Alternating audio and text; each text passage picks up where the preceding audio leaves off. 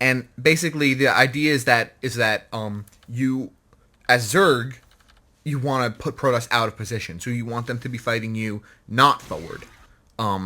Basically, when Zerg came forward like that, Protoss put down those force fields. Zerg should have immediately. If I was Zerg, I would immediately pull back and not engage. He got trapped there with the force fields, and he couldn't disengage, and that's exactly what Protoss wanted. Exactly, and this is something we've been talking a lot about lately, is positioning, and especially how crucial it is for Protoss in general as a species, but also for Zerg in going against any kind of build like this. Here, let's just pause. So Zerg is actually, the interesting thing here is that Zerg is actually engaging with, Zerg has a lot of range units, so they want to spread out in an arc. And right now the arc is taking like this form at the top of the ramp. That's decent arc. It's decent, but all of these units in the back aren't getting any shots in, right? While the Protoss army is able to come up the ramp and basically block for the Colossus. Now, it looks good that the Infestors are getting off their Neuroparasite, but first of all, many of the Infestors are getting blocked by the Zerg army. And the ones that are getting the Neuroparasite off are going to die really quickly. I'm pretty sure the Protoss goes ahead and focus fires onto the Infestors. But it's little things like right here, this moment. Yeah. When you're a Zerg, when you're anything going against a Protoss army that has sentries, one of the hardest things to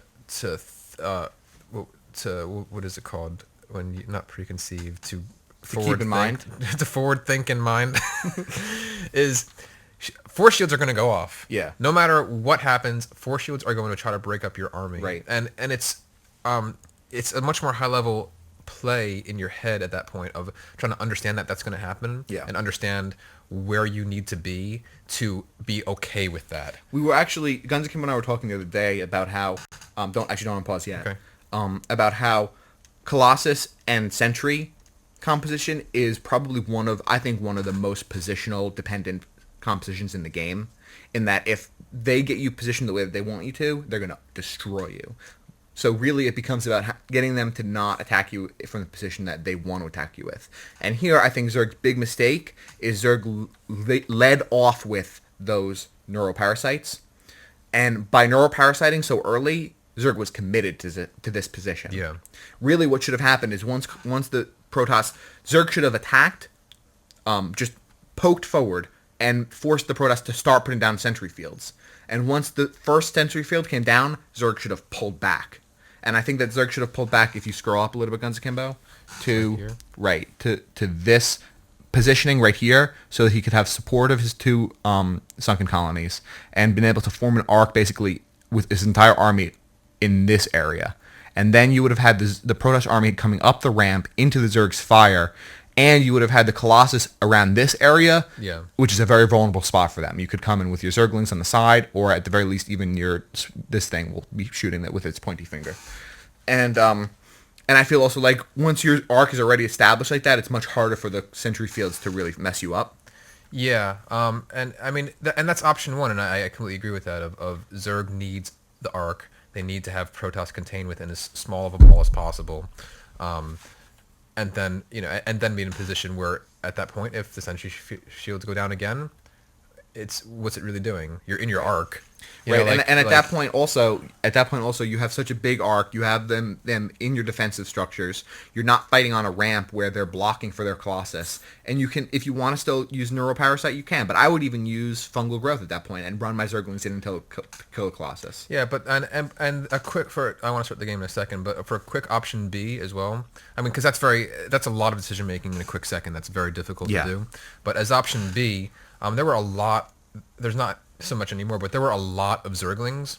So just going back a few seconds to watch this battle again, it would have been almost ideal if right before this battle started, or even just at this point too, if it was possible, to take all your Lings and try to get out. Like, so say you don't want to do the high-level mechanics of, like, okay, I gotta move, the sentry fields are coming, blah, blah. I still don't think the Zerg should engage on the ramp, but we're probably going to disagree on that. But still, like, the whole thing, it's an alternative to this whole debate of positioning, of have your Lings come out from behind. This way, your Zealots, What it forces that to do is it forces the Protoss to decide: am I going to rush my Zealots forward into the Hydras, or am I going to keep them back to defend my Colossi? Yeah. And it splits the focus, and Zerg works best in any kind of flanking situation. This is a build that I've been having a lot of trouble going against. Been studying it a lot, been playing a lot, and any advice I get from any player, and then what I find is working too, is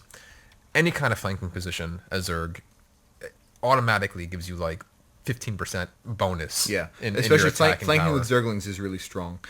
So I agree with you. Like, but that would have been something you have to think ahead and hide the Zerglings to the side beforehand, because really the Protoss army is pretty effectively blocking for the Colossus right now. But I still think you have to think ahead. But that's what Zerg should be doing in general. Like, you don't want all your stuff in a ball. You should have stuff kind of around the map. Especially Zerglings, they can get back wherever they need to as quick as they want. Yeah. So like imagine this battle here where everything's stuck behind and a whole bunch of Lings came up. These 3 Colossi would just be doomed so quickly. Instead of these Hydras just trying to chase them down. And Yeah, I think that would have helped, but like I said, I think you'd have to set up for that beforehand. yeah, Definitely. you would have to, yes. But I think that's part of what Zerg players should keep in mind. Yeah, so maybe even keep your Lings on, like you were saying earlier, if you're using your Lings on the map, having them actively scouting, then they're already out on the map. Exactly. You keep your army at your base to defend, keep your Lings out on the map, scouting, maybe checking the watchtowers back and forth, looking around for stuff, poking, and that way they're already out there. When the Protoss pushes in, your Lings can run in quickly for a flank like that. Now, still pretty even game as far as army is concerned. 105 for the Zerg, 90 for the Protoss, which I think is, no one has a direct advantage right now. Zerg might have a It's slight, really close. Zerg has a slight advantage after that battle, even just in momentum. Yeah. Which I'm actually a fan of Zerg taking those 2 expansions now, because whenever you have a sort of a lead or an advantage, whenever you know your opponent's defensive, like I was saying earlier, whenever you have that feeling of I should go and push now with more stuff because I have them retreating, that's really the time that you should actually just be expanding, and macroing up. Yeah. And now Zerg has the Ultralist then going for the armor upgrade to the Ultras, and now this is one of those. Again, this is an option that some people will recommend against Colossi and Starcraft balls, is going Ultralist. But again, a lot of it comes down to positioning, and it's really difficult to factor Ultras into a lot of these equations. I really personally prefer having Corruptors on the map because it gives you the scouting advantage, gives you kind of like the location advantage. And even at worst, you just have the Corruption ability to be kind of targeting each of these Colossi, but supposedly Corruption with Zerglings actually is really good Yeah. on Colossus. Takes them down pretty quick. So Ultras, whatever, they are a good choice for anything, and there's some people who swear by saying Ultras will take out this kind of army composition. I personally haven't seen it at a mid-level of play, Gold, Platinum League. I'm sorry. What unit? Ultralists. Ultralists. I rarely see No, Ultras I don't- succeeding at this level. Yeah, of play. I don't think Ultralists are great against. I think Ultralists are good against Colossus. Really good against Colossus. Colossus alone. Yeah, exactly. I don't think Ultralists are great against Stalkers. I think Ultralists are really good against Sentries and Zealots. Yeah, I find Ultralists terrible, really, against most things. So like Zealot, Sentry, Colossus, which is actually a composition that a lot of people use, I would use Ultralisks. Yeah. I would totally go for Ultralisks against Zealots. But against Stalkers, any sort of composition with Stalkers, you lose a lot. And I mean, Ultralists are good here. There's not that many Stalkers. I think Ultralists are actually a pretty solid choice.